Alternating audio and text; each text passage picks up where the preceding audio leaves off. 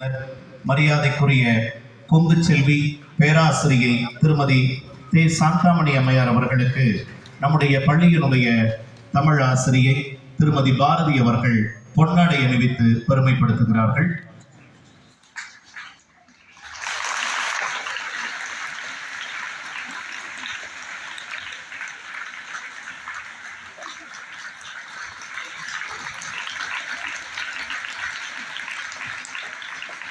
பொன்னாடை அணிவித்த ஆசிரியை அவர்களுக்கு நன்றி.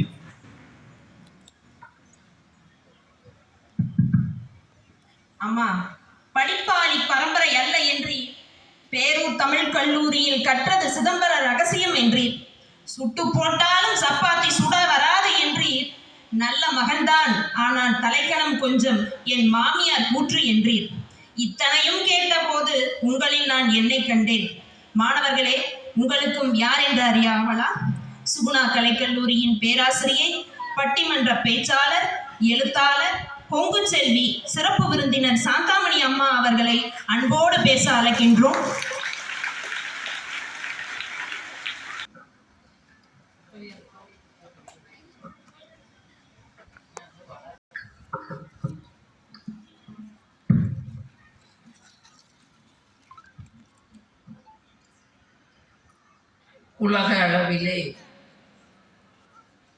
உலக அளவிலே ஒவ்வொரு மொழிக்கும் ஒவ்வொரு சிறப்புகள் உண்டு.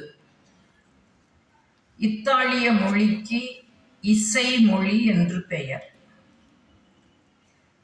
பிரெஞ்சு மொழிக்கு காதல் மொழி என்று பெயர். இங்கிலாந்து மொழிக்கு வணிக மொழி என்று பெயர். கிரேக்க மொழிக்கு தத்துவ மொழி என்று பெயர். உருது மொழிக்கு கவிதை மொழி என்று பெயர். சமஸ்கிருதத்திற்கு தெய்வ மொழி என்று பெயர். தமிழ் மொழிக்கு மட்டும்தான் தாய்மொழி என்று பெயர்.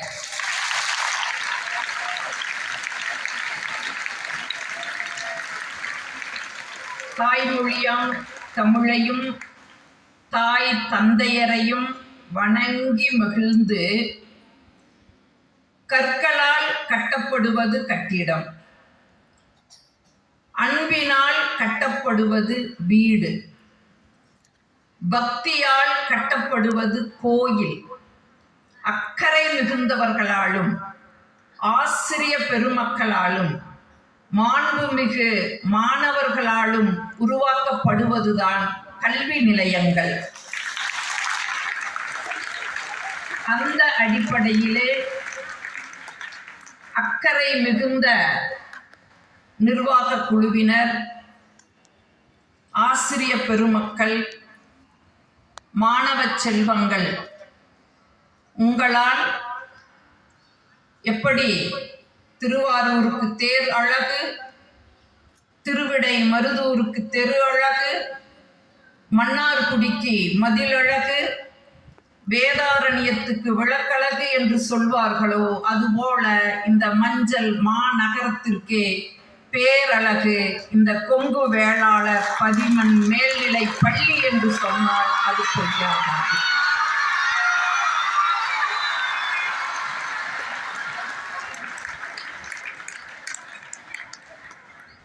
இந்த நிர்வாகத்தினுடைய தலைவர் வணக்கத்திற்குரிய ஐயா யசோதரன் அவர்களே, தாளாளர் வணக்கத்திற்குரிய ஐயா சென்னியப்பன் அவர்களே, பொருளாளர் வணக்கத்திற்குரிய சுப்பிரமணியன் அவர்களே,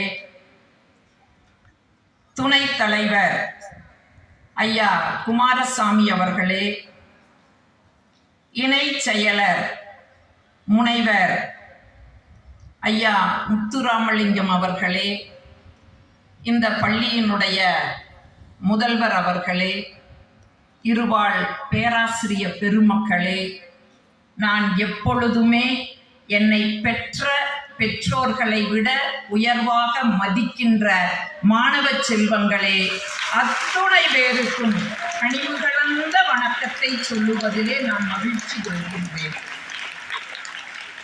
ஏன் பெற்றோர்களை விட உயர்ந்தவர்கள் மாணவர்கள் சொன்ன தெரியுமா? என்னை 10 மாதம் சுமந்து இந்த மண்ணில் என்னை புறம் தள்ளி எனக்கு சாந்தாமணி என்று பெயர் வைத்தவர்கள் என்னுடைய பெற்றோர்கள். என்னை அறிமுகப்படுத்தும் போது சொன்னாங்க, நான் சுகுணா கலை மற்றும் அறிவியல் கல்லூரியில தமிழ் துறையில பேராசிரியராக பணியாற்றுகிறேன்னு சொன்னாங்க. நான் வேலை செய்யற இடத்துல வருகை பதிவேட்டில் என்னுடைய பெயர் சாந்தாமணி என்றுதான் இருக்கும். வகுப்பறையில் எனக்கு சாந்தாமணி என்ற பெயர் இருக்குமா? என் மாணவர்கள் எனக்கு ஒரு பெயர் வச்சிருப்பாங்களா இல்லையா? ஆக பெற்றோருக்கு அடுத்தபடியாக பெயர் வைக்கின்ற பாக்கியம் மாணவ செல்வங்களுக்கு இருப்பதால்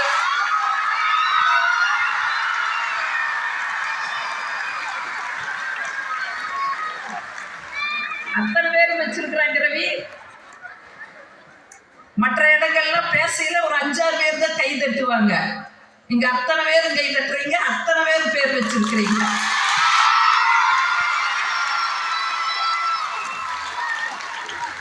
ஆக பெற்றோருக்கு அடுத்தபடியாக பெயர் வைக்க பாக்கியம் பெற்ற உங்களையும் நான் பெற்றோர்களாகவே வணங்கி மகிழ்கின்றேன்.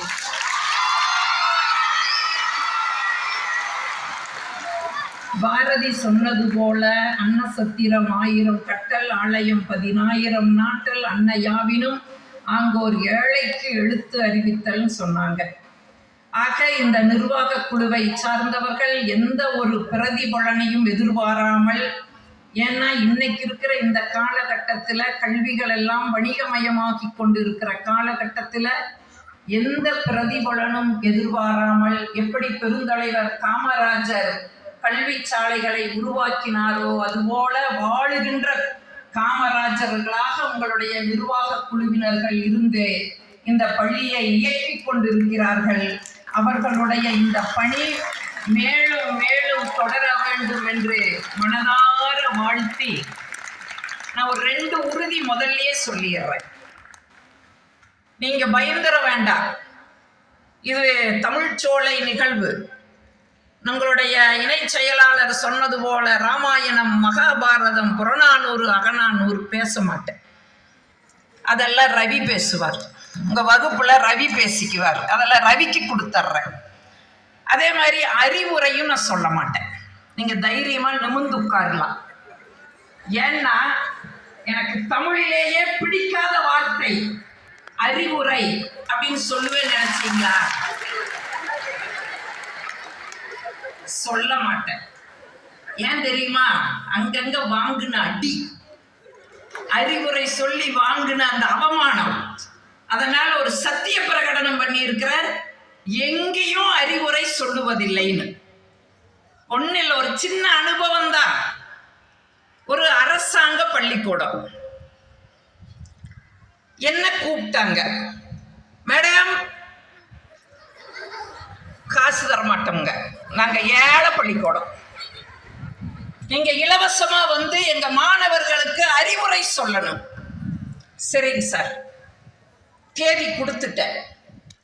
நாள் நெருங்க நெருங்க கூப்பிடவே இல்லை. இப்ப நான் போன் பண்ணேன், சார் தேதியை வாங்கினீங்க? வேண்டாம் டீச்சர். ஏங்க சார், நீங்க டிவில எல்லாம் பேசுறீங்க, வெளிநாடெல்லாம் போறீங்க, எங்க பையங்கள்லாம் ஒரு மாதிரி டீச்சர், உங்களை ஏதாச்சும் அவமானப்படுத்திட்டா வேண்டாம் டீச்சர். நான் சொன்னேன், சார் சாதாரண பேச்சாளர் நீ நினைச்சீங்களா? நான் என்ன சாதாரண பேச்சாளரா ரவி? நான் எப்படிப்பட்ட பேச்சாளர் தெரியுமா? ரவிக்கே தெரியாது. இந்த சேலம் இருக்குல்ல, சேலம் அங்க குகைன்னு ஒரு இடம் இருக்குது. ஒரு 7 நாள் எனக்கு தனிச்சொற்பொழிவு, 6 நாள் மிக சிறப்பா பேசுனதான் நான் நினைச்சிட்டேன். 7வது நாள் நிறைவு பேச்சு. நான் பேசிக்கிட்டு இருக்க, ஒரு பையன் அங்க இருக்கிற அந்த மலை உச்சிக்கு போனா, எட்டி பார்த்தா, திரும்ப இறங்கி வந்தா, மேடைக்கு முன்னால வந்து என்னையே உங்களை மாதிரியே உத்து பார்த்துக்கிட்டே இருந்தான். நான் பேசி முடிச்சதை அவனை கூப்பிட்டேன், வாடா வாடா. என்னமோ மலை உச்சிக்கு போனா எட்டி பார்த்தா இறங்கி வந்து என்னடா விஷயம்னா, அக்கா உலக வாழ்க்கையே பிடிக்கலக்கா, அதனால அந்த மலை உச்சியில போய் கீழே விழுந்து தற்கொலை பண்ணலான்னு போனேனக்கா. ஏன்டா திரும்பி வந்தேன்னு, உங்க பேச்ச கேட்டனக்கா, அந்த எண்ணத்தையே விட்டுட்டனக்கான்னா. அதே நீ நம்புல தானே இந்த மூஞ்சியா, இந்த மூஞ்சி தன்னம்பிக்கை தந்துருக்குதா அப்படின்னு தானே நீ நம்புல தானே. நம்பி இருந்தா கை தட்டி இருப்பீல்ல. சரி, நான் கேட்டேன், தம்பி நான் பேசுவதுல எந்த இடம் உனக்கு தன்னம்பிக்கை தந்தது? நாட போக்க இப்படி பேசுற நீ எல்லாம் உயிரோடு இருக்கீல, நான் என்ன தேவைக்கு சாவோணும்னா அவ்வளவு தன்னம்பிக்கை பேச்சு. சார் கூப்பிடுங்க சார், நான் வந்த பிறகு உங்க பிள்ளைகளிடையே ஒரு மாற்றம் வருதா இல்லையா பாருங்க. சரி உன் தலைவிதி இதுதான்னா மாற்ற முடியாது வான்ட்டாரு. போனேன், 750 மாணவர்கள் எனக்கு முன்னால. பார்த்த உடனே எனக்கு உற்சாகம், அப்படியே வகுப்புல பாடம் நடத்துற மாதிரியே 1.5 மணி நேரம் அறிவுரை. 1.5 மணி நேரம் அறிவுரையை தவிர்த்து நான் எதுவுமே சொல்லல. எப்படி இருக்கணும் தெரியுமா, எப்படி இருந்தாங்க தெரியுமா, எல்லா உதாரணத்தோட 1.5 மணி நேரம் பேசினேன். முடிச்சுட்டு வந்துட்டேன். ஒரு 10 நாள் கழிச்சு அந்த தலைமை ஆசிரியரை மறுபடியும் சந்திச்சேன். சார் நான் வந்துட்டு வந்த பிறகு உங்களிடையே மாற்றம். Super teacher, super teacher. எப்படிங்க சார்னு, ஏதாச்சும் பையங்க குறும்பு பண்ணுனா நான் ஒரே ஒரு வார்த்தை தான் சொல்லுவேன், அந்த சாந்தாமணி டீச்சரை கூப்பிட்டு பேச வைக்கிறேன்னு சொன்னா போது. பாருப்பா, நான் அவமானப்படுறதுல உங்களுக்கு அவ்வளவு மகிழ்ச்சி. கைதட்ட சொன்னா அப்படியே தன்னம்பிக்கைன்னா கைதட்டல, அவமானப்படையில கைதட்டுறீங்க. சொன்னாரு பாருங்க, ஏதாச்சும் குறும்பு பண்ணுனா அந்த சாந்தாமணி டீச்சரை கூட பேச வைக்கிறேன்னு சொன்னா போது அவ பின்றா சைலண்ட் ஆகுறாரு. அப்பதான் ஒரு சத்திய பிரகடனம் எடுத்தேன், வாழ்க்கையில யாருக்கும் அறிவுரை சொல்வதில்லை, அதனால நான் அறிவுரை சொல்ல மாட்டேன், அறிந்தவற்றை உங்களோடு பகிர்ந்துக்குவேன். நான் அனுபவிச்சத, நான் தெரிஞ்சத உங்களோட நானே பகிர்ந்துக்குவேன். நீங்க எல்லாமே மாணவ செல்வங்கள். நம்ம என்ன நினைச்சுட்டு இருக்கிறோம், பொதுவாகவே நம்முடைய வாழ்க்கை கருவறையில் தொடங்கி கல்லறையில் முடியுதுன்னு நினைச்சிட்டு இருக்கிறோம். அப்படிதானே? பிறக்கிறோம், ஏதோ வாழ்கிறோம், அப்புறம் மறைஞ்சு போறோம். இதுதான் நம்முடைய வாழ்க்கை அப்படின்னு நம்ம நினைச்சிருக்கிறோம். கருவறையில் தொடங்கி கல்லறையில் நம்முடைய வாழ்க்கை முடியுதுன்னு நினைச்சுக்கிட்டு இருக்கிறோம். கிடையவே கிடையாது. அந்த கருவறைக்கும் கல்லறைக்கும் இடைப்பட்ட காலத்தில் உள்ள வகுப்பறைகள் தான் ஒவ்வொருவருடைய வரலாறுகளையும் தீர்மானம் செய்கிறது.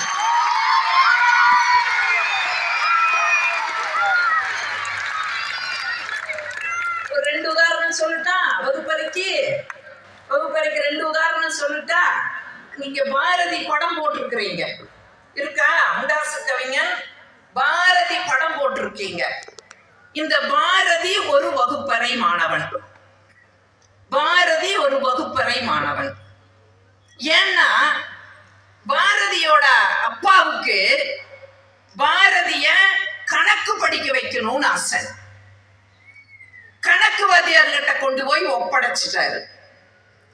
கணக்கு வாத்தியாரும் கணக்கெல்லாம் சொல்லி கொடுத்துட்டு எல்லா பிள்ளைகளும் கணக்கு போடுறாங்களா அப்படின்னு பார்த்துட்டு வந்தா எல்லா பிள்ளைகளும் கணக்கு போட்டாங்க.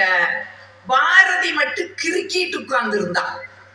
என்ன கிறுக்கி இருக்கிறான்னு போய் கணக்கு வாத்தியார் பார்த்தா, கணக்கு அது பிணக்கு, அது எனக்கு, ஆமணக்குன்னு எழுதி இருக்கிறான். எவ்வளவு குசும்புத்தனம். எல்லாம் கணக்கு போடுறாங்க, கணக்கு அது பிணக்கு, அது எனக்கு, ஆமணக்கு. ஆமணக்கு தெரியுமில்ல, சில நேரங்களில் சொல்லுவாங்களே விளக்கெண்ணெய் விளக்கெண்ணெய் அப்படின்னு. அந்த ஆமணக்கு கொட்டையில் இருந்த விளக்கெண்ணெய் எடுப்பாங்க. எழுதியிருந்தான். கணக்கு வாத்தியார் பார்த்தாரு, உனக்கு கணக்கு வரலடா, ஆனா எதுகை மோனையோடு கவிதை வருகிறதுன்னு சொல்லி அந்த பாரதியை கொண்டு போய் தமிழாசிரியரிடம் ஒப்படைத்தார்.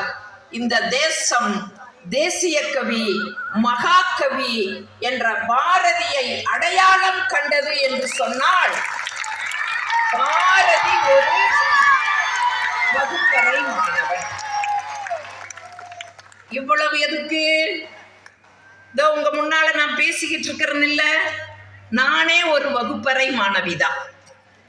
வகுப்பறை தான் என்னை உருவாக்கியது. ஏன்னா நான் ஒரு ஏழை விவசாயிக்கு தான் மகளா பிறந்தேன். விவசாயம் அப்படின்னு சொல்றதுனால ஏக்கரா கணக்குல எல்லாம் கிடையாது. அடுத்த தோட்டத்துக்கு கூலி வேலை செய்ய போற அப்பா அம்மாவுக்கு தான் நான் மகளா பிறந்தேன்.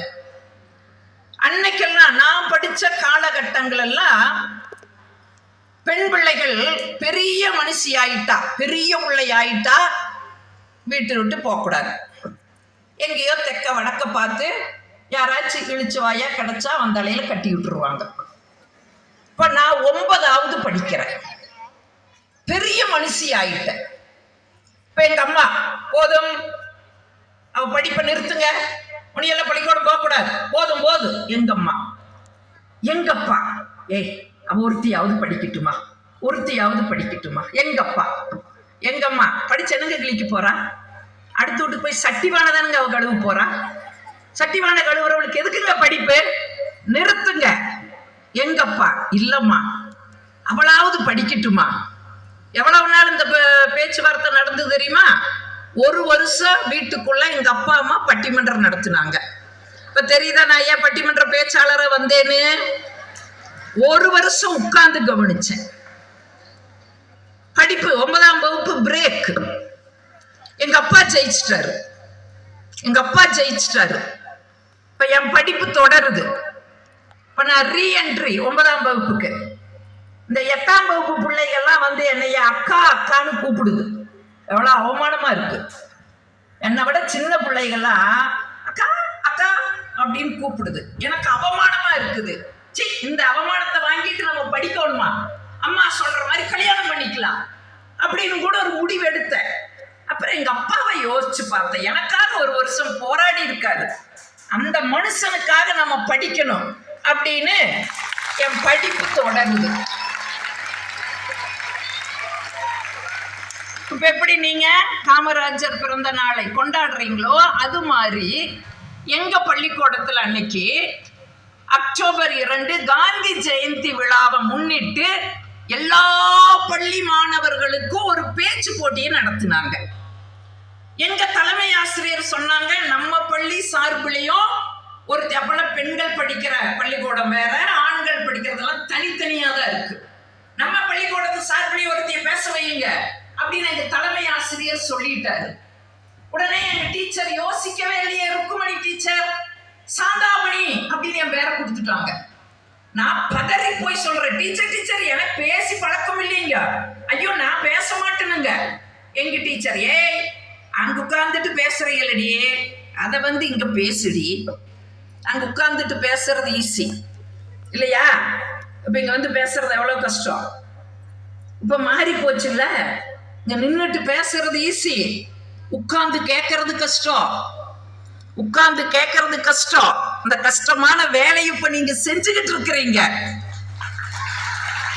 ஆனாலும் ஒரு நம்பிக்கை வையுங்க, இந்த கஷ்டத்துக்குள்ளேயும் ஒரு இஷ்டம் இருக்குன்னு சொல்லி ஒரு நம்பிக்கையை வையுங்க.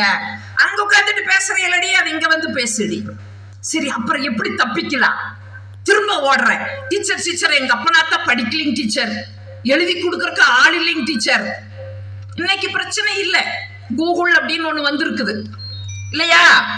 என்ன வேணும் போய் கூகுள்ல அடிச்சீங்கன்னா அத்தனையும் உங்களுக்கு கிடைக்கும். கிடைக்குமா?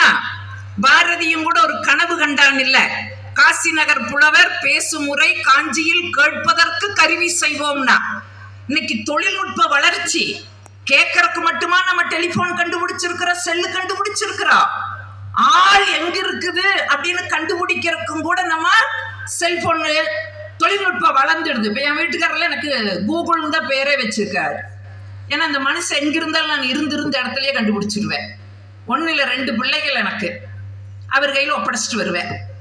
சரியா பாத்துக்கிறாரான்னு வந்த இடத்துல இருந்துட்டு ஒரு போன் பண்ணுவேன். சொல்லுமா எங்க இருக்கீங்க? வீட்டுலதாம்மா இருக்கேன். எங்க நம்ம வீட்டு மிக்சியை போடுங்க. ஒரு நம்பிக்கை தான். அவர் மிக்சியை போடுவாரு, அது டர்ன்னு ஓடு. ஓ மனுஷன் வீட்டுல இருக்காரு நம்பிடுவேன். ஒரு நாள் நிகழ்ச்சி மழை கேன்சல். நேரத்திலேயே வீட்டுக்கு போனா புள்ள மட்டும்தான் இருக்கிறா, இவரை காணோம். எங்கடி இங்க ஒப்பண்ண? அடப்போமா, நீ பேசுறன்னு பேக்க தூக்கிட்டு போ. நீ போன பிறகு அப்போ ஒரு கட்டப்பை எடுக்கிறாரு, அதுக்குள்ள மிக்சியை தூக்கி வைக்கிறாரு. அவர் எங்க பிளக் பாயிண்ட் தேடிட்டு போறாரு. இப்ப போக முடியுமா? இங்க இருந்துட்டே மனுஷன் எங்க இருக்கிறாரு கண்டுபிடிக்கிறதுக்கு நமக்கு ஜிபிஎஸ் உதவி வந்துடுது இல்ல. தொழில்நுட்ப வளர்ச்சி. அன்னைக்கு அது கிடையாது. டீச்சர் எழுதி கொடுக்கறக்கு அப்ப நான் படிக்கலைங்க டீச்சர். எங்க டீச்சர் ஏண்டி நான் எழுதி தரேன் படி. சரி ஏதோ ஒரு பக்கம் எழுதி கொடுப்பாங்க, படிச்சிடலாம்னா என் டேலண்ட்டை பார்த்துட்டு 7 பக்கம் எழுதி தர்றாங்க. 7 பக்கம். ஏன் தெரியுமா? ஸ்கூல்லயே அவுட்ஸ்டாண்டிங் ஸ்டூடெண்ட் நான் தான். ஸ்கூல்லயே அவுட்ஸ்டாண்டிங் ஸ்டூடெண்ட் நான் தான். எப்படி? நீ அவசரப்பட்டு கையை தட்டிட்ட. எப்படி தெரியுமா?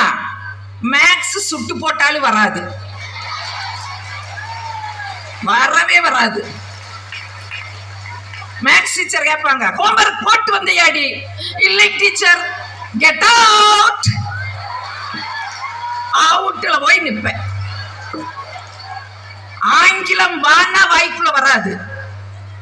நானே தமிழ் படிக்க தமிழ் கல்லூரிக்கு நானே போய் சேர்ந்துட்டேன். எங்க அப்பா 6 வரல. எங்க அப்பா பாலிடெக்னிக் படிக்க வைக்கணும்னு அப்ளிகேஷன் வாங்கிட்டு உட்கார்ந்து இருக்கிறாரு. நான் ஆங்கிலம் எல்லாம் எனக்கு வரவே வராதுன்னு யாருக்கிட்டையும் சொல்லாம பேரூர் தமிழ் கல்லூரியில நானே போய் விண்ணப்பம் எல்லாம் பூர்த்தி செஞ்சு கொடுத்து நானே பணத்தை கட்டிட்டு சேர்ந்துட்டு வந்துட்டேன். சாமி பெரியசாமி இருக்கிற வரைக்கும் நீ பாராட்டுவாரு. துணிச்சல்காரி நீயே, தைரியமா நீ ஒருத்தியே வந்தேன்னு இருக்கிற வரைக்கும் பாராட்டுவாரு. ஏன்னா நான் என்ன தமிழ பற்றிலேயே போனேன். ஆங்கிலம் வராதுன்னு தமிழ் படிக்க ஓடுனேன். ஆங்கிலம் வரவே வராது. இங்கிலீஷ் டீச்சர் கேட்பாங்க, சம்மரி படிச்சுட்டு வந்தையாடின்னு. இல்லைங்க டீச்சர். Get out. ஆக எல்லா அவுட்ல நிக்கிற அவுட் ஸ்டாண்டிங் நானு. ஒரு பக்கம் படிக்க முடியாமையே நான் அங்க போய் நிக்கிறவா 7 பக்கம் படிக்க முடியுமா? எங்க அப்பாட்ட வந்து சொல்றேன், பயமா இருக்குதுங்கப்பா. எங்க அப்பா, கண்ணு எப்படியாவது படிச்சிருக்கண்ணு, இது மான பிரச்சனைங்கிறாரு. ஏதோ இந்தியா பாகிஸ்தான் பார்டர் பிரச்சனை மாதிரி. இது மான பிரச்சனை கண்ணு, எப்படியாவது மனப்பாடம் பண்ணி பேசு. எப்படி பண்றது? இன்னைக்கெல்லாம் நீங்க உங்க அம்மா அப்பாவுக்கு நன்றி சொல்லணும். ஏன் அன்னைக்கெல்லாம் நாங்க பணவோட குடிசை வீடு குடிசை வீடு, இந்த மாதிரி மின்சார வசதி எல்லாம் கிடையாது.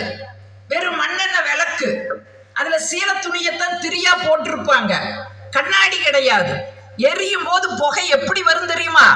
அப்படியே அந்த ஃபயர் என்ஜின்ல வர்ற மாதிரி புகை குபுக்கு குபுக்குன்னு வரும்.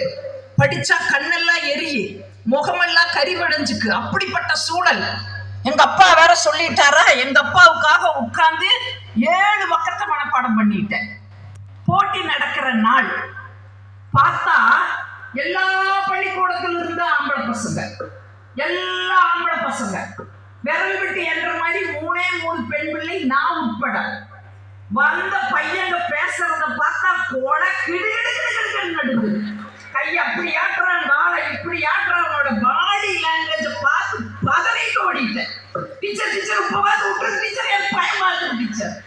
எங்க டீச்சர் ஏய் போடி, அன்னைக்கெல்லாம் போடின்னு சொல்லுவாங்க. நானெல்லாம் எங்க ஆசிரியர் மீது இருக்கிற அந்த பற்றுனாலதான் ஆசிரியர் பணிக்கே வந்தேன். இன்னைக்கெல்லாம் போடி இல்ல, முறைச்சு பார்த்தாலே எங்களை 3 மாசம் ஜெயில ஓடுறதுக்கு ரெடியா உட்கார்ந்து இருக்கீங்க. இருக்குதா? அதுல தினந்தோறும் சவால் தான் எங்களுக்கு. அடிமவளை அடி அடிப்பா. ஏன் அடிச்சா 6 மாசம் நாங்க தம்பி எண்ணுவாங்கதான் கரெக்டா எண்ணிட்டு இருக்கிறீங்க. ஒரு தலைமுறைக்குள்ள நாங்க இதையெல்லாம் பார்க்கிறோம். போடி பாரு எவ்வளவு கொண்டாட்டம். நாங்க இது பண்றது உங்களுக்கு அவ்வளவு மகிழ்ச்சி. போடி போய் பேசு. ஏய் பேசுறது பெருசு இல்லடி, பரிசு வாங்கிட்டு வா. இங்க பேசவே முடியாது. பரிசு எப்படி வாங்குறது? வாங்கலி வழி பெறம்படி எவ்வளவு அடி வாங்கிருக்கோம் தெரியுமா? வீட்டுல வந்து மூச்சு விட மாட்டோம், அத்தனை அடி கிடைக்கும். பெறம்படிய வீட்டுல வந்து மூச்சு விட மாட்டோம். ஏன்? இவங்களும் ஒத்துவாங்க. ஓ, நீ வாத்தியாருக்கே கோபம் வர வச்சியா அப்படின்னு இவங்களும் ஒத்துவாங்க. எதுக்கு 2 அடி? ஒரே அடி வாங்கிட்டு அப்படியே கப்பு சுப்புன்னு இருந்துருவோம். பரிசு வாங்கலின்னு வையே, பெறம்படி போடி சாந்தாமணின்னு கூப்பிட்டாங்க. ஓடி வந்து இப்படி மேடையில நிக்கிற முன்னால் இருக்கிறவங்கள மாதிரி கூட்டத்தை பார்த்த உடனே பேச்சே வரல. என்ன செய்யறது? டக்குன்னு கண்ணை மூடுன. என்னெல்லாம் மனப்பாடம் பண்ணிட்டு வந்தனோ அதையெல்லாம் கட்ட கட்ட கட்ட கட்ட கட்ட கட்ட கட்டன்னு சொல்லிட்டு வரும் பொழுது இப்படியெல்லாம் நமக்காக அரும் பாடுபட்டு சுதந்திரத்தை வாங்கி கொடுத்த காந்தியடிகளை கோச்சோ என்பவன் சுட்டு கொன்றான்னு கொஞ்சம் உணர்ச்சி வசப்பட்டு பேசின. அடுத்த வார்த்தை போயிடுச்சு, வரவே இல்லை. படக்குன்னு கண்ணை முடிச்ச. காரணம் டீச்சர் பெரம்போடையே நிக்கிறாங்க. ஒன்றும் இல்லை, நான் என்னென்னமோ பண்ணி பார்க்கறேன், வார்த்தை வரல, சப்த நாடி நின்று போச்சு. காத்துதான் வருது, பேச்சு வரல. என்ன செய்யறதுன்னு தெரியல. அவமானமா வேற போகுது. எங்க அப்பாவை நினைச்ச எனக்கு அழுகாச்சு வந்துடுது. மேடையிலேயே அழுன்னு அழுத. அந்த நடுவர்கள் வா வா வந்து உட்காரு. உட்கார்ந்தாச்சு. இப்போ ஒரு முடிவு. பரிசு கிடையாது, பேச்ச நிறைவு செய்யல, பரிசு கிடையாது. ஆனா பெறம்படி உண்டு, தப்பிக்கவே முடியாது. அன்னைக்கெல்லாம் அப்படியே ஒரு டெக்னிக் வச்சிருப்போம் நாங்க. எப்படி பள்ளிக்கூடம் போவோம் தெரியுமா? தலைக்கெல்லாம் மாரியாத்தாளுக்கு எண்ணெய் காப்பு எடுக்கிற மாதிரி எண்ணெய் பூசிட்டு போவோம். எண்ணெய் வடியும் இங்கெல்லாம், எல்லாம் கையில தேய்ச்சுக்குவோம். பெரம்பு படு ஆனா படாது, வலிக்கும் ஆனா வலிக்காது. இதெல்லாம் எங்க டெக்னிக்கு. நல்ல தலையில இப்பெல்லாம் நாங்க பாக்குற கல்லூரிகள்ல பார்க்கிற ஒரு புள்ள தலையில என்ன கிடையாது, எல்லாம் ஃப்ரீ ஹேர். நான் கேட்பேன், ஏங்கன்னு இதுக்கு ஒரு கிளிப்பு மாட்டிட்டு வரலாம்லன்னு. அது சொல்லு மேடம், நீங்க தானே தினம் சொல்றீங்க லேட்டா வந்தா பின்னுவேன் பின்னுங்க மேடம் அப்படின்னு தலையை கொடுத்துட்டு நிக்குது. இதையும் ஒரு தலைமுறையில தான் நாங்க பாக்குறோம். நல்ல எண்ணெய் அப்பிட்டு அடி வாங்கறதுக்கு ரெடியா உட்கார்ந்துட்டேன். இப்ப பரிசு அறிவிக்கிறாங்க. 3ஆம் பரிசு ஒரு ஆண்மகன், 2ஆம் பரிசு ஒரு ஆண்மகன், முதல் பரிசு சாந்தாமணி. நான்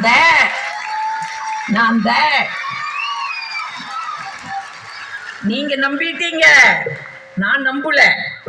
வேற சாந்தாமணியா தேடுற? இல்ல, 3 பெண் பிள்ளைகளை நான் ஒருத்திதான் சாந்தாமணி. இல்ல, நாம காண்பது கனவா நனவா கிள்ளி கிள்ளி பாக்குற? இல்ல, நனவுலகுதான். எப்படி எனக்கு பரிசு கொடுத்தாங்க? அப்ப அந்த நடுவர்கள் சொல்லுவாங்க வந்து, ஒவ்வொருத்தர் இவ்வளவு நல்லா பேசுனீங்க, அப்படி பேசுனீங்க, ஏதோ ஒரு 1/4 மார்க்கு 1/2 மார்க்கு 3/4 மார்க்ல தான் வெற்றி வாய்ப்பை நீங்க இழந்தீங்க, கவலைப்படாதீங்க, இதை கண்டல தோல்வி கண்டு துவண்டு போகாதீங்க, அடுத்த முறை முயற்சி செய்யுங்கள், நீங்களும் வெற்றியாளர் ஆகலாம் எல்லாம் சொல்லுவாங்க. சொல்லிட்டு சாந்தாமணி பேச்ச நிறைவு செய்யல. சாந்தாமணிக்கு நாங்க பரிசு கொடுத்தோம். ஏன் கொடுத்தோம்? ஏன் அடுத்த மேடையில் பேசக்கூடாதுன்னு கொடுத்தாங்களா? சொல்லிட்டு ஒரு வார்த்தை சொன்னாங்க பாருங்க. இங்கு வந்து பேசிய அத்துணை பேரும் அறிவுபூர்வமாக பேசினார்கள். சாந்தாமணி தான் உணர்ச்சி பூர்வமாக பேசினார்கள். காந்தியடிகளை கோச்சோ என்பவன் சுட்டுக் கொன்றான் என்று சொல்லும் பொழுது தாங்க முடியாமல் தேம்பி தேம்பி அழுதார்கள். அதுக்கு அழுத அடுத்த வார்த்தை வரலின்னு அழுத. நான் என்னமோ காந்தியடிகளை சுட்டு கொன்றதுக்கு அழுதேன்னு அவங்க நம்பி பரிசு கொடுத்துட்டாங்க. அதுவல்ல பெருசு. எங்க ஆசிரியர் சொன்னாங்க பாருங்க, ஏய் பரிசு விட்டுதல்லடி, அது எப்படி வந்ததோ என்னமோ, அதை பத்தியெல்லாம் நீ ஒண்ணு பெரிய பீத்திக்காத, பெருமை பீத்திக்காத, அது எப்படியே வரட்டு போ. ஆனாலும்டி உனக்குள்ள ஒரு திறமை இருக்குதுடி, மேடை ஆளுமை இருக்குதுடி, இதை மட்டும் நீ சரியா பயன்படுத்தினேன்னு வையே, எதிர்காலத்துல சிறந்த பேச்சாளரா வருவேன்னு சொல்லி அன்னைக்கு ஆசிரியர்கள் போட்ட பிச்சை தான் இன்று 3000 மேடைகளை கடந்து நான் பேசிக் கொண்டிருக்கிறேன், பயணப்பட்டு கொண்டிருக்கிறேன் என்றால்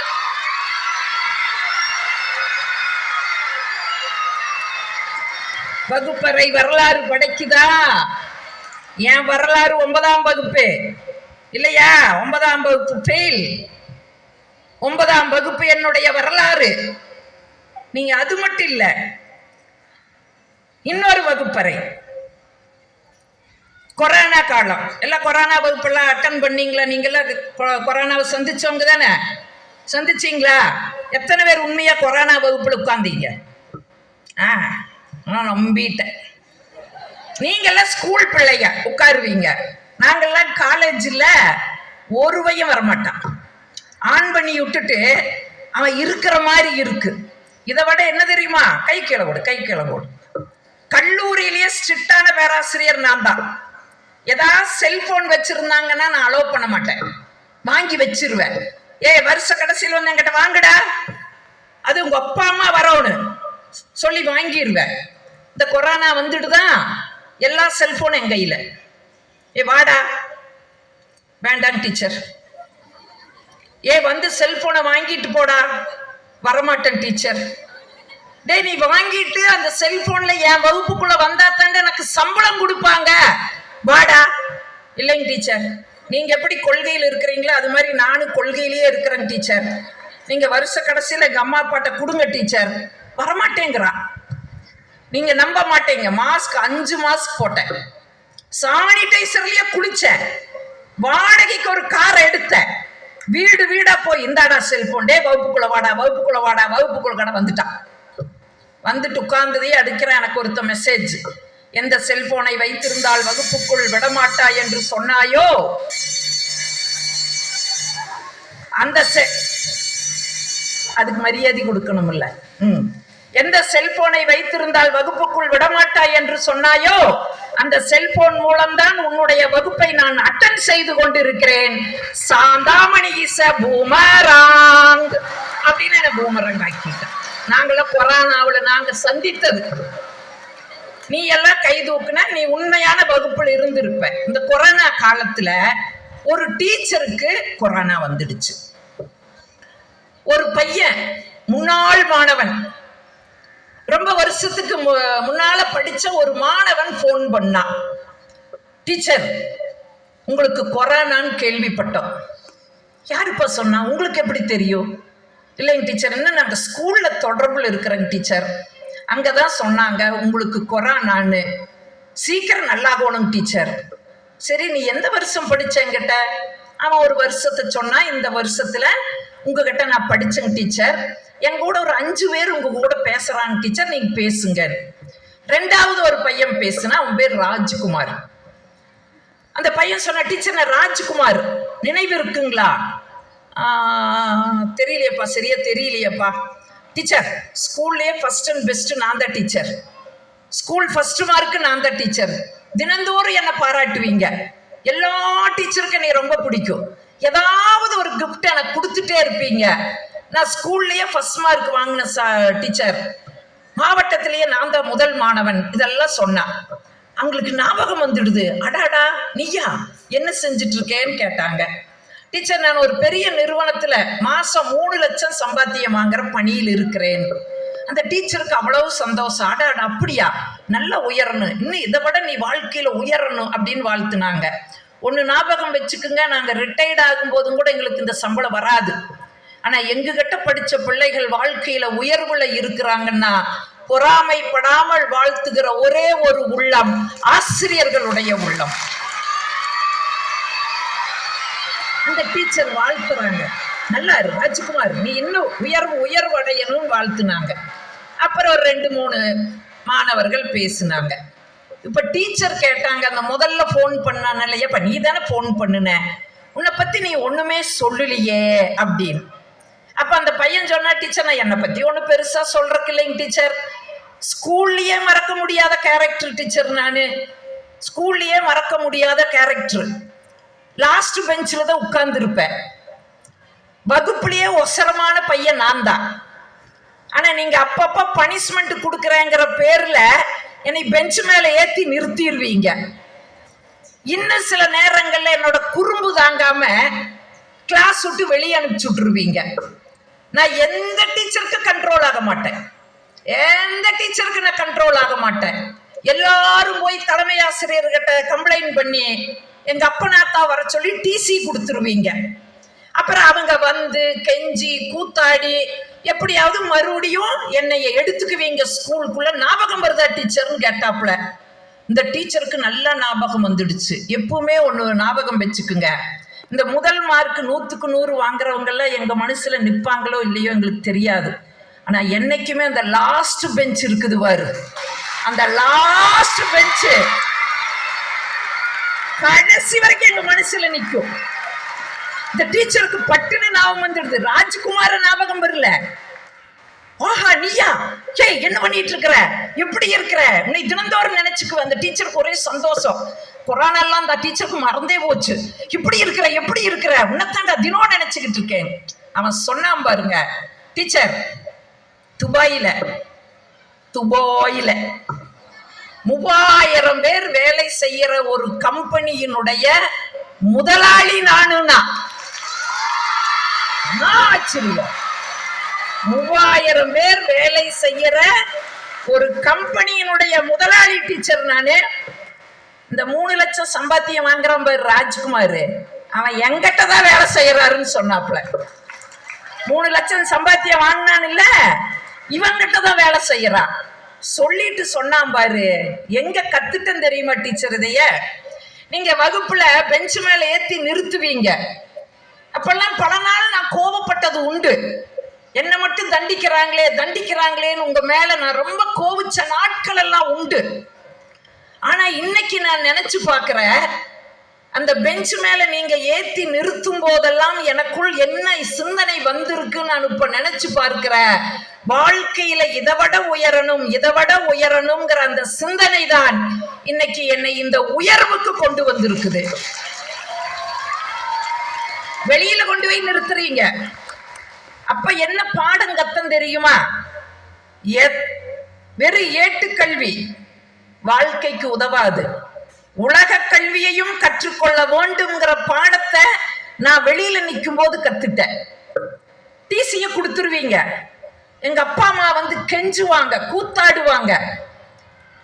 அப்ப நான் என்ன பாடம் கத்துட்டேன் தெரியுமா? வாழ்க்கையில எத்தனை பிரச்சனை வந்தாலும், எத்தனை சிக்கல் வந்தாலும் பேச்சுவார்த்தை நடத்தினால் ஜெயிக்க முடியுங்கிற பாடத்தை இந்த வகுப்பறைக்குள் நான் கற்றுக்கொண்டேன். இன்னைக்கு 3000 பேர் வேலை செய்யற ஒரு நிறுவனத்திற்கு நான் முதலாளியாக இருக்கிறேன் அப்படின்னு அந்த மாணவன் சொன்னான்னா இப்ப தெரியுதா? ஏதோ வகுப்பறை என்பது வந்து போற இடம் இல்லை. நம்முடைய வரலாறுகளையும் வாழ்க்கையையும் தீர்மானிக்க கூடிய இடம் அந்த வகுப்பறை. அதை இன்னும் நல்லா யோசிச்சு பாருங்க. இங்க கேரளாவில் ஒரு பெண்ணு வறுமை, நாம என்ன நினைச்சிருக்கிறோம், நம்ம வறுமையான குடும்பத்துல பிறந்துட்டோம், சாதிக்கிறதுக்கு பணம் வேணும், பணக்காரர்கள் தான் சாதிப்பாங்க. அதெல்லாம் ஒண்ணும் கிடையாது. வறுமையில இருந்தாலும் நம்மளால சாதிக்க முடியும். கேரளாவில் ஒரு பெண்ணு பள்ளிக்கூடம் படிக்கிறா. மதிய உணவு வேளையில எல்லா பிள்ளைகளும் உட்கார்ந்துட்டு சாப்பிடுவாங்க. இந்த பிள்ளை சாப்பிடாது, ஓடு. வெள்ளடிக்கிறக்குள்ள திரும்பி வரு. எதுக்கு ஓடுது எதுக்கு வருதுன்னே தெரியாது. ஒரு டீச்சர் இதை பார்த்துட்டே இருந்தாங்க. என்னைவா லஞ்ச் பீரியட் சாப்பிட்றது இல்ல, ஓடுறா, கரெக்டா வெள்ளடிக்கையில ஓடி வர்றா. ஒரு நாளைக்கு கண்டுபிடிக்கிற இரு உன்னைய, நீ என்ன திருட்டு வேலை செய்யறேன்னு நான் கண்டுபிடிக்கிற நிறுன்னு அந்த டீச்சர் ஒரு நாள் அப்படியே ஸ்பை வச்சு ஆள் வச்சு கவனிச்சாங்க. வெள்ளடிச்சதையும் ஓடுவாளா. அங்க ஒரு காளி கோயில் இருக்கு. கரெக்டா மத்தியான அந்த உச்சி இதுல சுண்டலும் பொங்கலும் தருவாங்க. இவ ஓடி போய் கையை நீட்டுவா. அந்த சுண்டலும் பொங்கலும் வாங்கிட்டு வீட்டுக்கு ஓடுவா. அதை கொண்டு ஒரு பாத்திரத்துல வச்சுட்டு அவளுக்கு ஒரு தங்கச்சி இருப்பா, அவளை கூட்டிட்டு ஓடி வருவா. அவ கையை நீட்டி அந்த சுண்டலும் பொங்கலும் கேட்பா. பூசாரியா பாரியா, இப்பதான் வாங்கிட்டு போனேன், அது எனக்கு, என் தங்கச்சிக்கு கொடு. வாங்கிட்டு போவா. அதையும் கொண்டு அதே பாத்திரத்துல போட்டுட்டு தொட்டல்ல தம்பி தூங்கிட்டு இருப்பா. அந்த தம்பியை தூக்குவா, ஓடி வருவா, திரும்ப வந்து கை நீட்டுவா. 2 தடவை வாங்கி வச்சிடலாம், அது எனக்கு, என் தங்கச்சிக்கு, என் தம்பிக்கு கொடு. அது பொங்கல் சுண்டலை வாங்கிட்டு போய் இரவு வேலைக்கு, மதிய சாப்பாடு இல்ல, இரவு வேலைக்கு போயிருக்கிற, கூலி வேலைக்கு போயிருக்கிற அப்பா அம்மாவுக்கு சேர்த்து அந்த உணவை சேகரிச்சு வச்சுக்கிட்டு திரும்ப பெல் அடிக்கிறதுக்குள்ள பள்ளிக்கூடத்துக்கு வருவா. இதை டீச்சர் கண்டுபிடிச்சிட்டாங்க. அவ்வளோ ஸ்பீடா ஓடுவா. ஒரு நாள் விளையாட்டு போட்டி, விளையாட்டு விழா. அப்ப அந்த டீச்சர் அவளை கூப்பிட்டாங்க, ஏவா நீயும் ஓடு. இல்லை டீச்சர் எனக்கு ஓட தெரியாது டீச்சர், நான் எந்த பயிற்சியும் எடுக்கல டீச்சர், ஓட மாட்டேன். ஏன் பயந்துக்கிற? நீ ஒன்று நினைச்சுக்கிட்டு ஓடு. அந்த எல்லையில நீ போய் தொடரையல்ல, அந்த எல்லையில உன் குடும்பத்துக்கான உணவு வச்சிருக்கிறாங்கன்னு நினைச்சிட்டு ஓடு, உன்னால ஓட முடியும்னு அந்த டீச்சர் சொன்னாங்க. அவ அந்த ஓட்டப்பந்தயத்துல கலந்துட்டா. முதல் மாணவியா ஓடி வந்தா. அன்னைக்கு பள்ளிக்கூடத்துல ஓடியவதா. ஒரு காலகட்டத்துல ஒலிம்பிக்ல இந்தியா அந்த ஒலிம்பிக் போட்டியில தங்கம் வாங்கல. ஆனா முதலாக இந்த பெண்மணி தங்கம் வாங்கி நம்முடைய இந்தியாவுக்கே பெருமை சேர்த்த பிடி உஷா அந்த பெண்.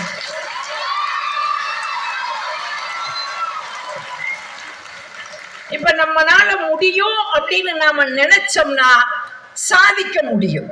அப்ப அதுக்கு வகுப்பறைகளை நம்ம சரியா பயன்படுத்தணும். அப்பதான் நம்முடைய கனவு நனவாகும்.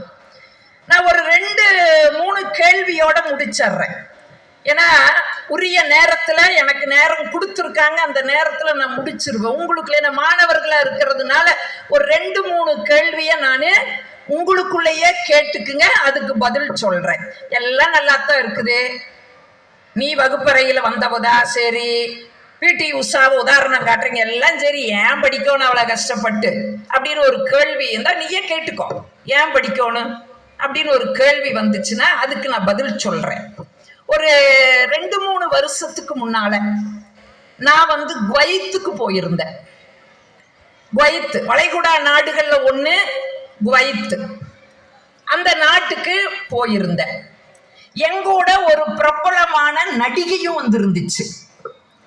நாங்க 2 பேரும் நிகழ்ச்சியை முடிச்சுட்டு விமான நிலையத்துல விமானம் மேல உள்ள என்ட்ராகில ஒரு சத்தம், மேடம் அப்படின்னு ஒரு சத்தம்.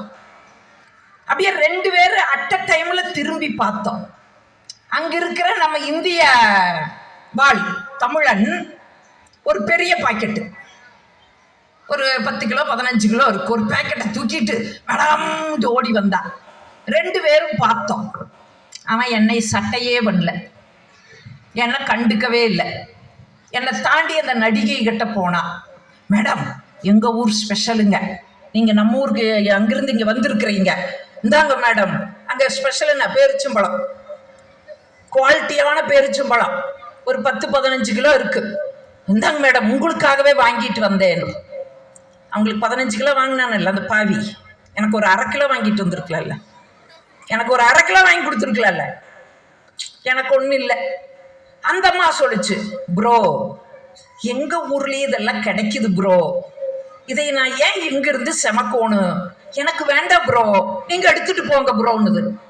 அவன் அப்படியே என்ன பார்த்தா, எனக்கு அப்படியே ஒரு மனசுக்குள்ள மகிழ்ச்சி. அந்த 15 கிலோ எனக்கு கொடுக்க போறான், நான் வாங்கிட்டு வீட்டுக்கு கொண்டு வர போறேன். அப்படியே சந்தோஷமா அப்படியே அவனை பார்த்தேன், அப்படியே பிரகாசமே மூஞ்சியில. அவன் பார்த்துட்டு, மேடம் நீங்க மேடம் கூட சென்னை வரை போறீங்க தானே? ஆமா போறேன்னு.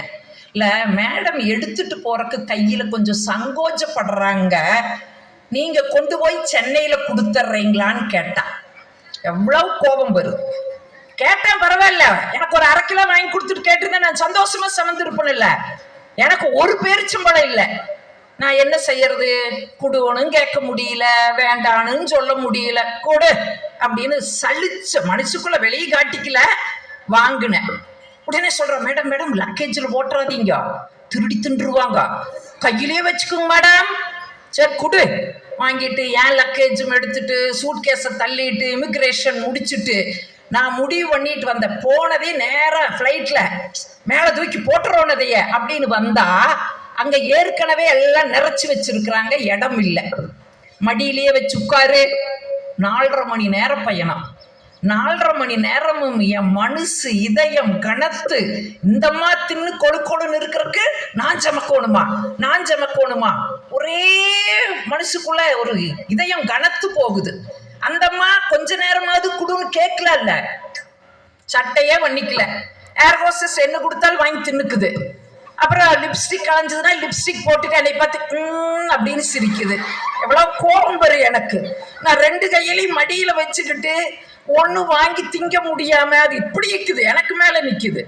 சாப்பிட முடியாம நான் கடுப்புல வர்றேன். அந்த அம்மா லிப்ஸ்டிக்க போட்டுக்குது, மேக்கப்பை போட்டுக்குது, ஜாலியா வருது. சென்னைக்கு வந்துட்டோம், இறங்கி வெளியில வந்தாச்சு. அந்த அம்மாக்கு ஆடி கார் வந்து நின்னுச்சு, எனக்கு வாடகை கார் வந்து நின்னுது. ஏற போகல, மேடம் இந்தாங்க உங்க ரசிகர் கொடுத்தது அப்படின்னு கொண்டு போய் கொடுத்தேன். அந்த அம்மா ஒரு வார்த்தை சொல்லுச்சு, சாந்தாமணி அது எனக்கு வேண்டாம், உங்க வீட்டுக்கு நீங்க எடுத்துட்டு போங்க, உங்க பிள்ளைகளுக்கு கொடுங்கன்னு சொல்லுச்சு. சொன்ன அடுத்த நிமிஷம் எப்படி இருந்திருக்கு? எப்படி இருந்திருக்கு?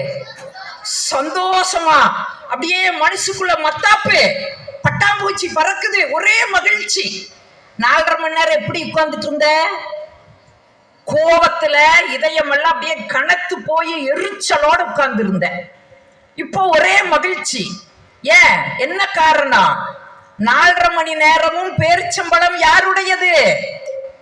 அந்த அம்மாளுது. அந்த அம்மாளுது அந்த அம்மாளுது நினைச்சுக்கிட்டே இருந்ததுனால அவ்வளவு கோபம். இந்த நிமிஷத்திலிருந்து பேரிச்சம்பழம் என்னுடையது. எவ்வளவு மகிழ்ச்சி. என்ன தெரியுமா இதுல பாடம்?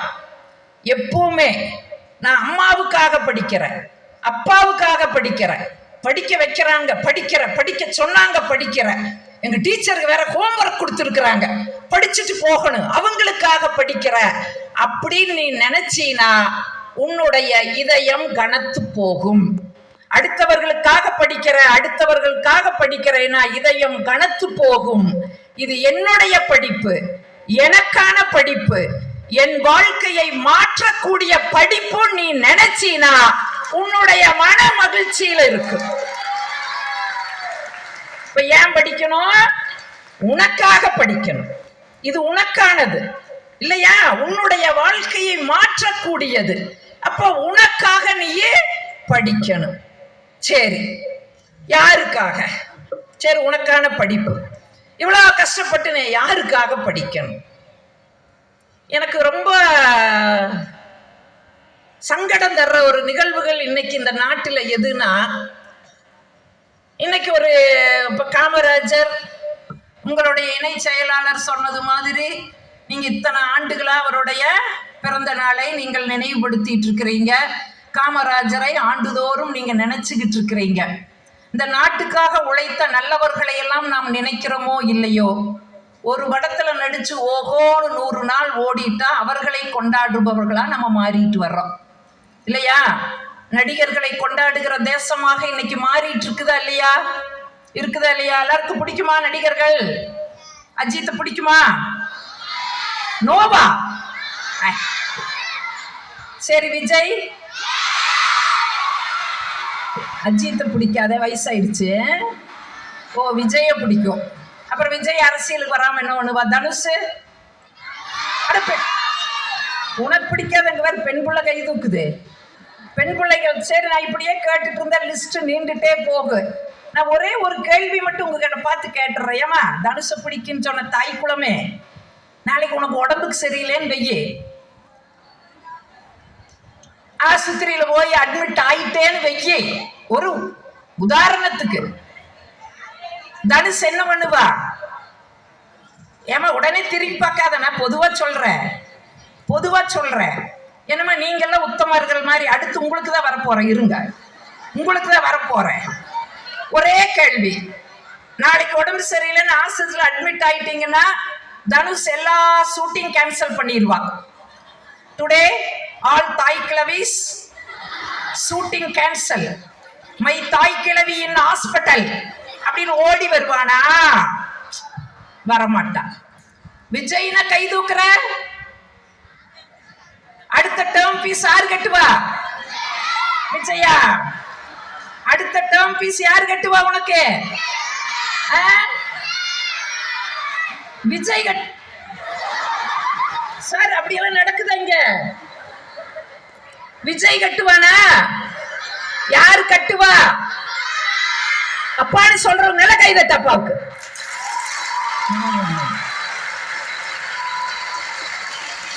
நான் விஜய கொண்டாட வேண்டாம், அஜித்தை கொண்டாட வேண்டாம், தனுஷ கொண்டாட வேண்டாம்னு நான் சொல்லல. சரியா? ஒண்ணு ஞாபகம் வச்சுக்குங்க, அவங்கெல்லாம் ஒன்லி என்டர்டெய்னர், அவ்வளவுதான். நமக்கு ஒரு மகிழ்ச்சியை தர்றாங்க, கோடி கோடியா வாங்குறாங்க, கொடுக்கிற கேரக்டர்ல அப்படியே வசனம் பேசுறாங்க, அப்படியே பஞ்ச் டயலாக்ல நம்மளை அப்படியே ஈர்க்கிறாங்க, அவ்வளவுதான். அந்த படத்தை பார்த்தோமா, ரசிச்சமா, வெளியில வந்தமான்னு இருக்கணுமே ஒழிய ஒரு பொழுதும் அவர்கள் நம்முடைய ரோல் மாடல் ஆக மாட்டார்கள். அத நல்லா ஞாபகம் வச்சுக்குங்க. சும்மா ஒரு மகிழ்ச்சியை தரக்கூடியவர்கள்ங்கிற எண்ணம் தவிர நடிகர்கள் மீது நமக்கு வேற எந்த ஈர்ப்பு இருக்கக்கூடியது. அப்ப நம்ம கொண்டாட வேண்டிய ஹீரோ யாரு? அப்பா. நான் அப்பாவை சொல்லிட்டா, அப்பா எப்படிப்பட்டவர்னு சொல்லிட்டா, பெரும்பாலும் எல்லாருமே நடுத்தர வர்க்கம் தான் நம்ம எல்லாருமே. அப்பா எனக்கு நான் அனுபவிச்சிருக்கிற இன்னைக்கு அப்பாக்கள் பரவாயில்ல, அன்னைக்கெல்லாம் கூலி வேலை செய்யற அப்பா. எங்க அப்பா எல்லாம் சனிக்கிழமையானா கூலிய வாங்குவாரு. பெரிய பிள்ளைக்கு இந்த பலகாரம் பிடிக்கும், சின்னவளுக்கு இது பிடிக்கும், பையனுக்கு இது பிடிக்கும், பார்த்து பார்த்து வாங்குவாரு. சும்மா கொஞ்சம் கொஞ்சம் தான் வாங்குற கூலியில அந்த சனிக்கிழமையான வாங்கிட்டு வரையில் நாங்கெல்லாம் தூங்கிட்டு இருப்போம். எங்க அம்மாட்ட எழுப்பும்பாரு. ஆனா அதுக்கு இப்பதாப்பா தூங்குது, பரவாயில்ல எழுப்புமா அப்படின்னு எழுப்பி அப்படியே தூங்கிட்டு இருக்கிற எங்க வாயில அதை ஊட்டி விடுவாரு. நாங்க தூக்க கலக்கத்திலேயே சாப்பிட்டு அப்படியே அங்க படுத்துக்குவோம். படுத்த பிறகு இது உனக்கு நடக்கு, நீ இதுவரைக்கும் உணர்ந்திருக்க மாட்டேன், இனிமேல் கொஞ்சம் கவனிச்சு பாரு. படுத்த பிறகு அப்படியே அப்பா வந்து தலையில ஒரு தடவுவாரு. உலகத்துல எந்த இராணுவமும் தராத பாதுகாப்பை அந்த தந்தையினுடைய காப்பேறிய கரங்கள் ஒவ்வொரு பிள்ளைக்கும் தரும்.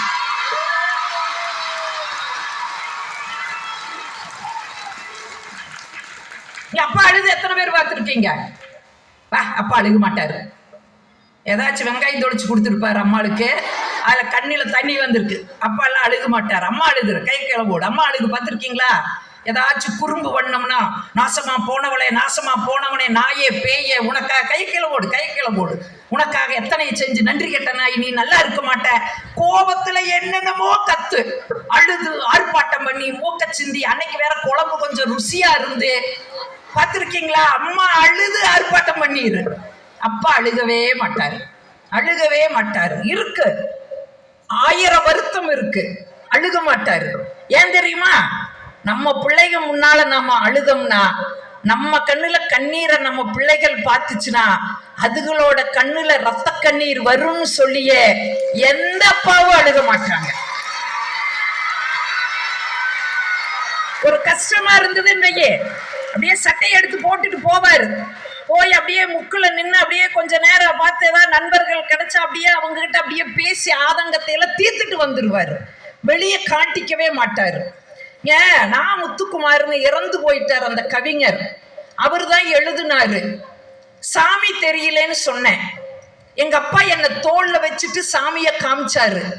எனக்கு அப்புறம்தான் தெரிஞ்சது, ஒரு சாமியோட தோளுல உட்கார்ந்துகிட்டு தான் நம்ம சாமியவே பார்த்திருக்கிறோம்னு சொல்லி அந்த முத்துக்குமார் எழுதினாருன்னா, வீட்டுல அப்பா நம்முடைய சாமி, அப்பா நம்முடைய குலதெய்வம், அப்பா தான் நம்முடைய ரோல் மாடல், அப்பா தான் நம்முடைய ஹீரோ. சரியா? சரி, அம்மாவை விட்டுருலாமா? இருக்கிறதுலயே அப்பாவி ஈனாவானா அம்மாதான். எத்தனை பேர் அம்மா சமையல், அம்மா இன்னைக்கு சூப்பரா செஞ்சு கொடுத்தேன் எத்தனை பேர் பாராட்டி இருக்கீங்க? எல்லாம் கைய தூக்கு. நான் வீட்டுக்கு வந்துருவேன் கிளம்பி. எனக்கு நான் நேரம் போனாலும் பரவாயில்ல, ஒவ்வொருத்தர் வீட்லயும் வந்து கேட்பேன், இந்த பிள்ளை பாராட்டுனாலான்னு. உண்மையா பாராட்டுறீங்களா? Very good. அப்ப உங்களுக்கு நீங்களே கை தட்டிக்குங்க. ஏன்னா நான் தட்டினா சத்தம் வராது. எவ்வளவு கஷ்டப்பட்டு சமைச்சு கொடுக்குது அம்மா, இல்லையா? சில நேரங்கள் எல்லாம் கேலி கிண்டல் பண்ணுவான். அம்மா என்னமா சமையல்? பிஸ்பலா பாத்தா. நீ செஞ்சதுக்கு பேர் பிஸ்பலா பாத்தாக்கு வந்து வாரு, ஆராதியா அம்மா செய்யறதுக்கு பேர் தான் பிஸ்பலா பாத்து அப்படின்னு கேலி பண்ணுவோம், கிண்டல் பண்ணுவோம். இங்க இதே மாதிரி ஒரு மெட்ரிகுலேஷன் பள்ளியில் ஒரு சம்பவம் நடந்தது. ஒரு மாணவி இதே மாதிரிதான் மதிய உணவு இப்படி கீழே உட்கார்ந்து சாப்பிட்டு இருந்தாங்க. ஒரு பையன் ஓடி வந்தவன் அந்த பொண்ணோட டிஃபனை தட்டி விட்டுட்டான்.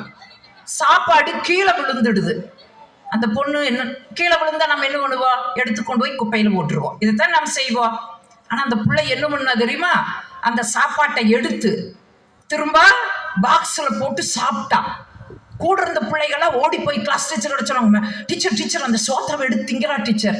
கிளாஸ் டீச்சர் வந்தார், ஏய் எதுக்கு அதை சாப்பிடு, லிவிட், உனக்கு வேற சாப்பாடு நான் வாங்கி தர்றேன், சாப்பிடாத, மண்ணோடு இருக்குது. அந்த பிள்ளை சொல்லுது, நீங்க வேற சாப்பாடு வாங்கி கொடுத்தாலும் நான் இதைத்தான் டீச்சர் சாப்பிடுவேன். என்ன நீ ஒரு மாதிரி பதில் சொல்ற, வா பிரின்சிபல் கிட்ட கூட்டிட்டு போயிட்டாங்க. பிரின்சிபல் கேட்டாரு, எதுக்கும் அதை சாப்பிட்ட, வேண்டாமா விட்டுரு, உனக்கு நல்ல சாப்பாடு நான் வாங்கி தர்றேம்மான்னு.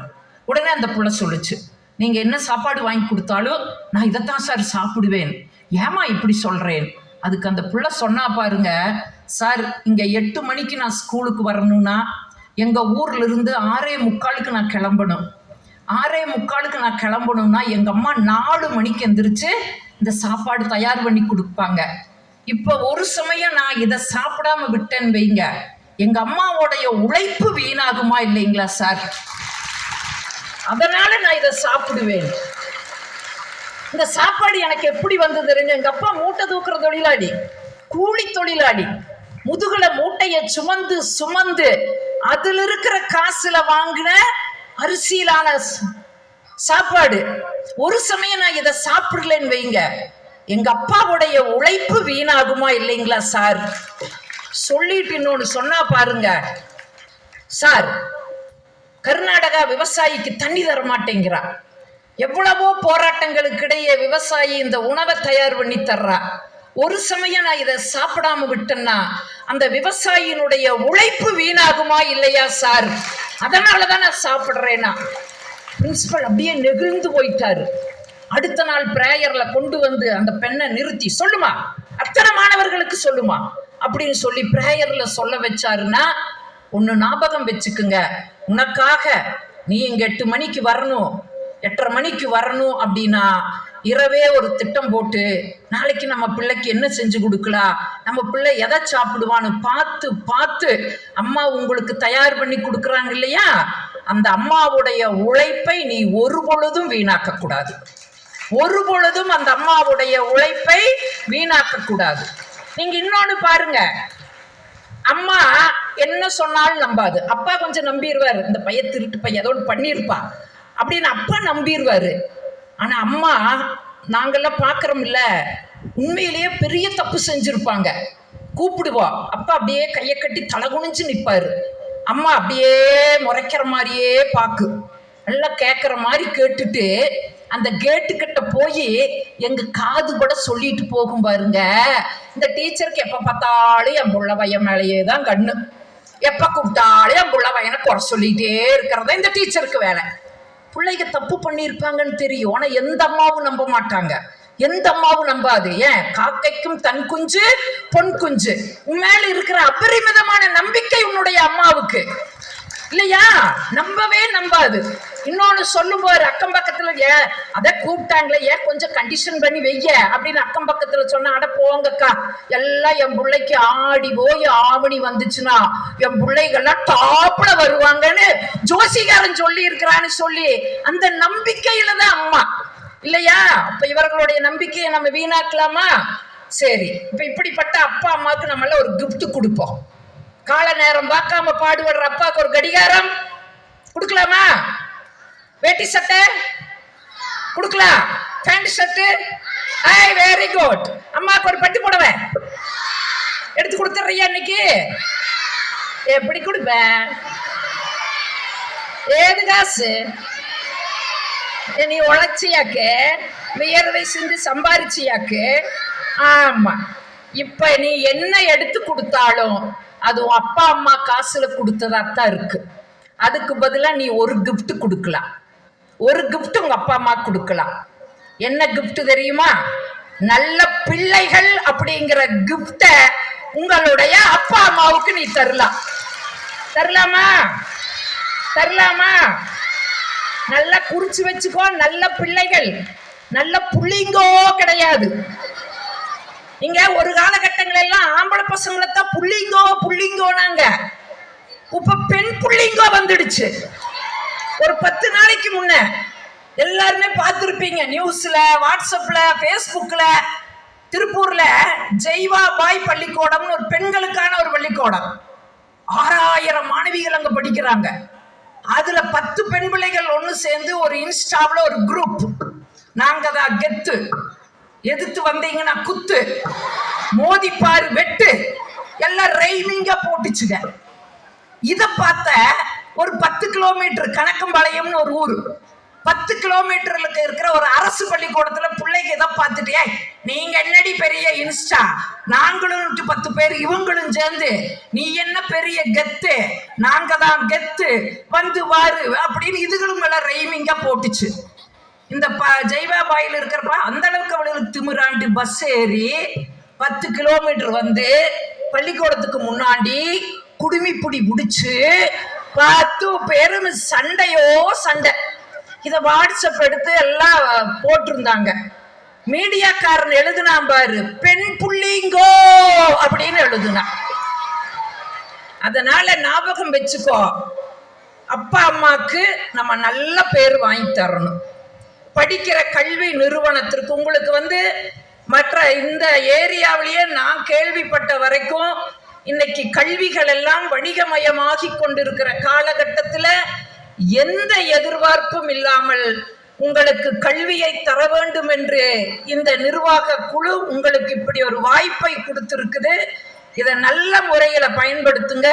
பெற்றோர்களுக்கும் படிக்கிற கல்வி நிறுவனத்திற்கும் ஆசிரியர் பெருமக்களுக்கும் நல்ல பெயரை தேடித்தரக்கூடிய பிள்ளைகளாக நீங்கள் வர வேண்டும் என்று இந்த நேரத்திலே அத்துணை பேரையும் வாழ்த்தி வணங்கி விடைபெறுகிறேன். நன்றி, வணக்கம். மிகச் சிறப்பானதொரு நகைச்சுவை விருந்தளித்த அம்மா அவர்களுக்கு நன்றி. இறுதியாக நன்றி உரை. நன்றி. உருவாட விட்ட தாயே, முதிராத மொழியாலே முத்தமிழை நான் பேச முன்னின்று காப்பாய் நீயே. நற்றாயே தமிழ்த்தாயே, என் நாவில் வந்து நடம் புரிவாய் நீயே. எங்கேனும் பிழை இருந்தால் நீ பொறுப்பாய் இங்கு தாயே. சபையில் கூடியிருக்கிற அத்துணை பேருக்கும் என் பணிந்த வணக்கங்கள். சிறப்பான இன்றைய இலக்கிய சோலை விழாவினை சிறப்பித்த நம்முடைய சிறப்பு விருந்தினருக்கு நம் கைதட்டுகளையே நன்றிகளாக முதலில் தெரிவித்துக் கொள்ளலாம். எங்கள் அத்தனை பேரின் சோர்வையும் உங்கள் சொற்களால் கரைத்து விட்டீர்கள் அம்மா. அத்தனை பேரின் சார்பாக உங்களுக்கு எங்களுடைய மனமார்ந்த நன்றிகளை காணிக்கையாக்கி மகிழ்கிறோம். மேலும் இந்த இனிய விழா சிறப்பாக அமைந்திட வருகை புரிந்து தங்கள் வாழ்த்துக்களை வழங்கி சிறப்பு சேர்த்திருக்கக்கூடிய எங்கள் பள்ளியினுடைய தலைவர் பெருந்தகை திருவாளர் ஜி யசோதரன் ஐயா அவர்களுக்கும், மாண்பிற்குரிய தாளாளர் பெருந்தகை திருவாளர் TN சென்னியப்பன் அன்னார் அவர்களுக்கும், இன்றைய தினம் வருகை தராவிட்டாலும் தன்னுடைய ஆசையினை வழங்கி இருக்கக்கூடிய பள்ளியின் பொருளாளர் திருவாளர் PR சுப்பிரமணியன் ஐயா அவர்களுக்கும், மற்றும் வருகை தந்து பெருமைப்படுத்தி கொண்டிருக்கக்கூடிய துணைத் தலைவர் திருவாளர் S குமாரசாமி அப்பா அவர்களுக்கும், மற்றும் கொங்கு பள்ளிக்கே ஒரு தமிழ்துறை ஒரு அடையாளமாக திகழ வேண்டும் என்று சொன்னால் தமிழ்துறைக்கு ஒரு அடையாளம் இருக்க வேண்டும் என்று கருதினால் அதற்கு நம்முடைய ஆற்றல் மிகு இணை செயலாளர் டாக்டர் KP முத்துராமலிங்கம் ஐயா அவர்கள் தான் என்று சொன்னால் அது மிக இல்லை. ஐயா அவர்களுக்கும் இந்த நேரத்தில் அத்தனை பேரின் சார்பாக பணிந்த நன்றிகளை அன்போடு தெரிவித்துக் கொள்கிறோம். பொதுவா எல்லாரும் கேட்போம், நம்ம நிர்வாகத்திட்ட பணிந்து சார் நம்ம குழந்தைகளுக்கெல்லாம் எப்படின்னு சொன்னோன்னே ஒரே ஒரு வார்த்தை தான் சொன்னாங்க, குழந்தைகளின் மகிழ்ச்சி தான் எங்களின் மகிழ்ச்சி, உடனடியாக ஒரு விழாவிற்கு ஏற்பாடு செய்யுங்கள் என்று சொல்லி அனுமதி கொடுத்த நிர்வாக குழுவை சார்ந்த அத்தனை சான்றோர் பெருமக்களின் திருவடிகளுக்கும் எங்கள் பணிந்த நன்றிகளை தெரிவித்து மகிழ்கிறோம். மேலும் வருகை தந்து எங்களை பெருமைப்படுத்தி இருக்கக்கூடிய பள்ளியின் நிர்வாக குழு உறுப்பினர்களுக்கும், மிகச் சிறப்பான தன் வரவேற்புரையினை ஆற்றி சிறப்பித்திருக்கக்கூடிய நம் பள்ளியினுடைய முதல்வர் பெருந்தகை திருவாளர் முத்து சுப்பிரமணியம் அவர்களுக்கும் எங்களுடைய இதய நன்றிகளை தெரிவித்துக் கொள்கிறோம். இப்ப எல்லாரும் ஒரு பாராட்டு சொல்லிடுங்க. நம்முடைய முதல்வர் அவர்களுக்கு இன்றைய தினம் பிறந்த நாள். அதனால ஒவ்வொரு பிரேயர்லயும் நம்ம பிரின்சிபால் சார் உங்களுக்கு எல்லாம் விஷஸ் கொடுப்பாங்க. அதனால இன்றைக்கு இலக்கிய சோலை விழாவிலே அவருடைய பிறந்த நாள் வாழ்த்துக்களையும் இந்த மேடையிலே தெரிவித்து மகிழ்வதிலே நாங்கள் மகிழ்ச்சி அடைகின்றோம். ஐயா அவர்களுக்கும் எங்களுடைய நன்றிகள். தொடர்ந்து மிகச்சிறப்பாக இது தமிழ்துறையின் விழா என்று கருதாமல் நம் பள்ளியின் விழா என கருதி ஒத்துழைத்த 6, 7, 8 வகுப்புகளினுடைய பொறுப்பாசிரியர் இனிய நண்பர் திரு ராஜா அவர்களுக்கும், மற்றும் தலைமை ஆசிரியை திருமதி சர்மிளா பர்வீன் அவர்களுக்கும், கேஜி வகுப்புகளின் பொறுப்பாசிரியை திருமதி விஜயலட்சுமி அவர்களுக்கும் என் பணிந்த நன்றிகளை தெரிவித்து மகிழ்கிறேன்.